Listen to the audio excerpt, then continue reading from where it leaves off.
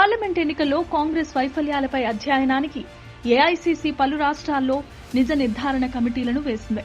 మధ్యప్రదేశ్, ఛత్తీస్గఢ్, ఒడిశా, ఢిల్లీ, ఉత్తరాఖండ్, హిమాచల్ ప్రదేశ్, కర్ణాటక, తెలంగాణలో నిజ నిర్ధారణ కమిటీలను వేయడం జరిగింది. ఈ నేపథ్యంలోనే తెలంగాణలో కురియన్ కమిటీని నియమించింది కాంగ్రెస్ పార్టీ. కురియన్తో పాటు రహీబుల్ హుస్సేన్, పర్గత్ సింగ్లతో తెలంగాణ కమిటీ పనిచేయండి.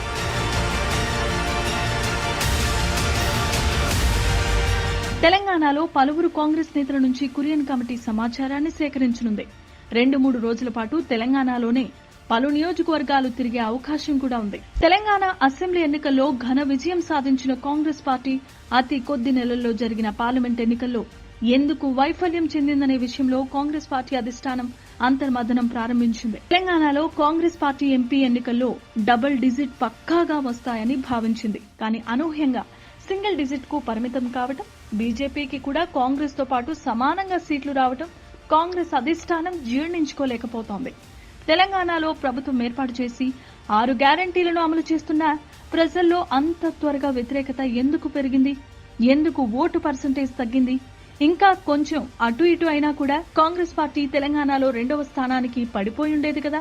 మరి కేవలం రోజుల వ్యవధిలోనే జరిగిన ఎన్నికల్లో కాంగ్రెస్ పార్టీ అంతటి పరాజయం ఎలా? ఇలాంటి ప్రశ్నలకు కురియన్ కమిటీ సమాధానాలను రాబట్టనుంది. There is no press conference because we are on a mission that is not complete nahi hai, so we have to say nothing now.